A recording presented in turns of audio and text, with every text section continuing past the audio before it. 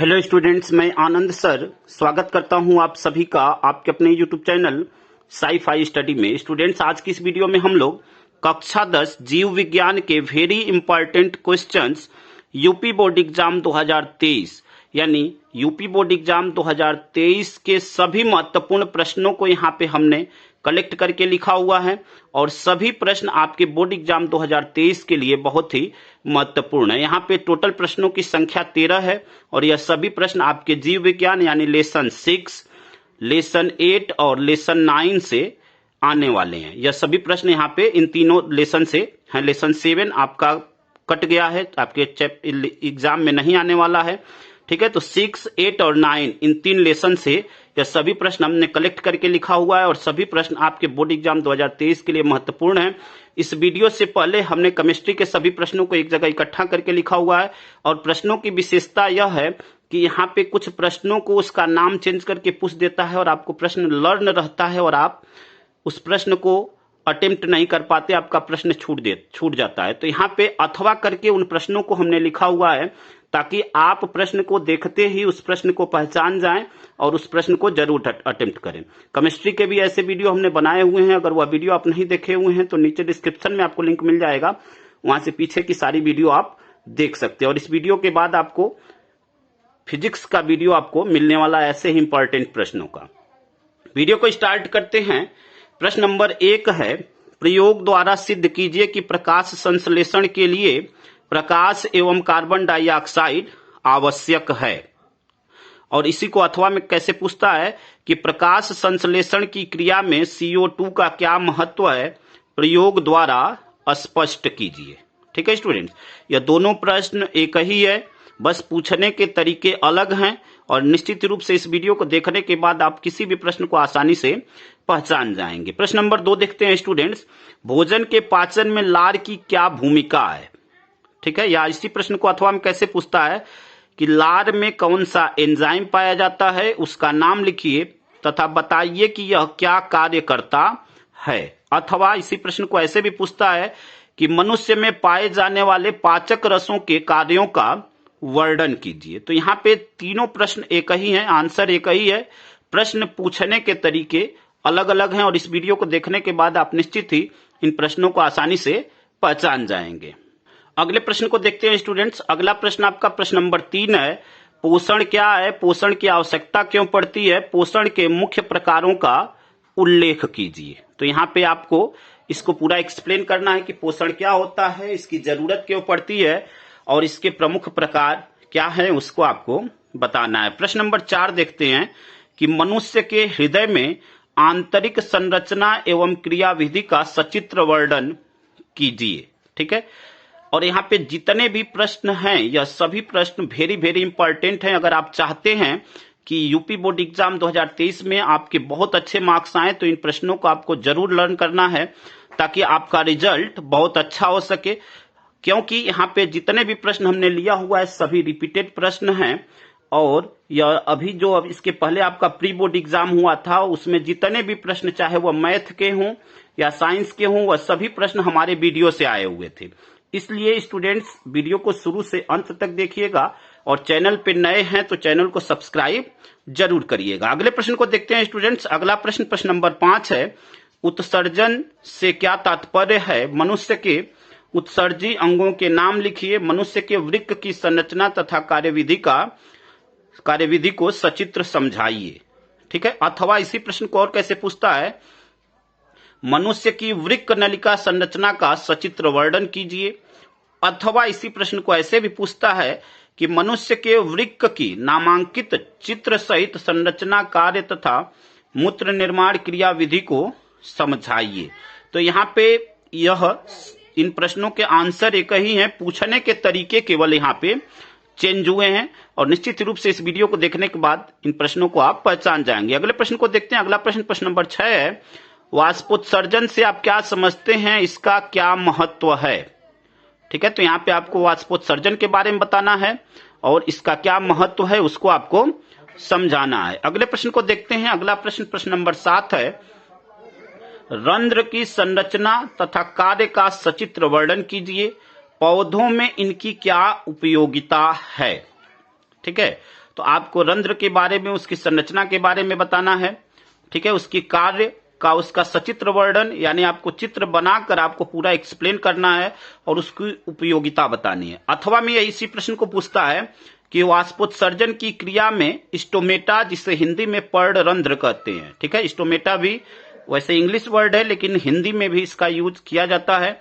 तो स्टोमेटा हिंदी में पर्णरंध्र की क्या भूमिका है, चित्र द्वारा समझाइए। अथवा इसी प्रश्न को ऐसे भी पूछता है कि नामांकित चित्र की सहायता से पर्णरंध्र, यानी उसे क्या कहते हैं, स्टोमेटा के खुलने तथा बंद होने की क्रियाविधि का वर्णन कीजिए, ठीक है। तो यह तीनों प्रश्न एक ही हैं, ठीक है। पूछने के तरीके केवल चेंज हैं। अगले प्रश्न को देखते हैं। अगला प्रश्न, प्रश्न नंबर 8 है, कायिक जनन किसे कहते हैं, पौधों में इस विधि से क्या लाभ है। तो यहाँ पे कायिक जनन को आपको बताना है और पौधों में इस विधि से क्या लाभ है उसको बताना है। अथवा में इसी प्रश्न को पूछता है कि बीज रहित पौधों में जनन क्रिया किस विधि द्वारा होती है, उदाहरण भी दीजिए, ठीक है। तो यह दोनों प्रश्न एक ही हैं, पूछने के तरीके केवल अलग हैं। अगले प्रश्न को देखते हैं। अगला प्रश्न, प्रश्न नंबर 9 है, गर्भ निरोधक की विभिन्न विधियां कौन सी हैं। अथवा इसी प्रश्न को और कैसे पूछता है, परिवार नियोजन की अस्थायी विधियां कौन सी हैं, किन्हीं दो पर संक्षिप्त टिप्पणी लिखिए। अथवा जनन स्वास्थ्य पर एक टिप्पणी लिखिए। तो यहाँ पे जितने भी प्रश्न हैं यह सभी यहाँ पे, यह तीनों एक ही हैं, आंसर एक ही है, पूछने के तरीके चेंज है। और इस वीडियो को देखने के बाद आपके मन में किसी भी प्रकार का प्रश्न नहीं रह जाएगा। और यहाँ पे जितने भी प्रश्न हैं स्टूडेंट्स, वह सभी वेरी वेरी इंपॉर्टेंट प्रश्न हैं। और आपको यह भी बता दें, इन प्रश्नों को अगर आप देख लेते हैं तो निश्चित ही रूप से आपके एग्जाम में 70 में 70 आपका पूरा अटेम्प्ट होगा, इस बात की गारंटी है। क्योंकि इससे पहले जो आपका अभी प्री बोर्ड एग्जाम हुआ था, सारे प्रश्न हमारे वीडियो से आए हुए थे, चाहे वह मैथ का हो या साइंस का हो। तो इसलिए वीडियो को शुरू से अंत तक देखिएगा। चैनल पे नए हैं तो चैनल को सब्सक्राइब कर लीजिए और अपने दोस्तों तक वीडियो को जरूर शेयर करें। अगले प्रश्न को देखते हैं स्टूडेंट्स। अगला प्रश्न आपका प्रश्न नंबर 10 है, निषेचन किसे कहते हैं। द्विव निषेचन एवं द्विव निषेचन प्रांत पुष्प में होने वाले परिवर्तनों को समझाइए। अथवा पुष्प वाले पादपों में निषेचन की क्रिया का सचित्र वर्णन कीजिए। तो यहाँ पे यह दोनों प्रश्न एक ही हैं, पूछने के तरीके केवल चेंज हैं, ठीक है स्टूडेंट्स। अगले प्रश्न को देखते हैं। अगला प्रश्न, प्रश्न नंबर 11, यह बहुत ही वेरी वेरी इंपॉर्टेंट प्रश्न है। मेंडल के आनुवांशिकता के नियमों की विवेचना कीजिए। अथवा इसी प्रश्न को कैसे पूछता है कि मेंडल के पृथक्करण नियम को उपयुक्त उदाहरण सहित समझाइए। अथवा मेंडल के प्रयोगों के आधार पर प्रभावी तथा अप्रभावी लक्षणों को समझाइए। तो इस प्रश्न का आंसर एक ही है, पूछने के तरीके केवल अलग अलग हैं। अगले प्रश्न को देखते हैं। अगला प्रश्न, प्रश्न नंबर 12 है, लिंग गुणसूत्र का क्या अर्थ है। मनुष्य में लिंग निर्धारण किस प्रकार होता है, रेखा चित्र की सहायता से समझाइए, ठीक है। अथवा इसी प्रश्न को और कैसे पूछता है कि लिंग गुणसूत्र से आप क्या समझते हैं, नर तथा मादा में लिंग गुणसूत्र का विन्यास लिखिए, ठीक है। यह दोनों प्रश्न एक ही हैं, पूछने के तरीके केवल अलग हैं। और इस श्रृंखला का अंतिम प्रश्न देखते हैं स्टूडेंट्स, प्रश्न नंबर 13, निम्नलिखित में अंतर स्पष्ट कीजिए, ठीक है। यहाँ पे जितने भी अंतर हैं सभी लेसन को मिलाकर उन सभी को एक जगह हमने यहाँ पे नोट कर दिया है।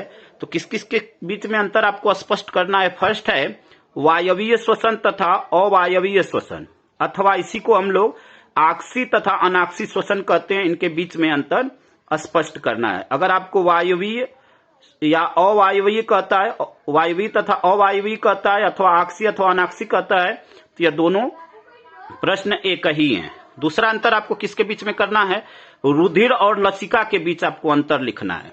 तीसरा है आपका धमनी तथा शिरा के बीच में आपको अंतर स्पष्ट करना है। और चौथा स्वपरागण तथा परपरागण के बीच आपको अंतर स्पष्ट करना है। और पांचवा है अलैंगिक जनन तथा लैंगिक जनन के बारे में आपको अंतर स्पष्ट करना है। यह जितने भी अंतर हैं यह सभी वेरी वेरी इंपॉर्टेंट हैं। उम्मीद करते हैं कि आप इस वीडियो को पूरी अच्छी तरह समझ गए होंगे। आप सभी विद्यार्थियों को मेरी तरफ से बेस्ट ऑफ लक। और वीडियो को देखने के बाद वीडियो अच्छा लगे तो वीडियो को लाइक करिए, कमेंट करिए और अपने दोस्तों तक अधिक से अधिक मात्रा में शेयर करिए ताकि उनकी भी हेल्प हो सके।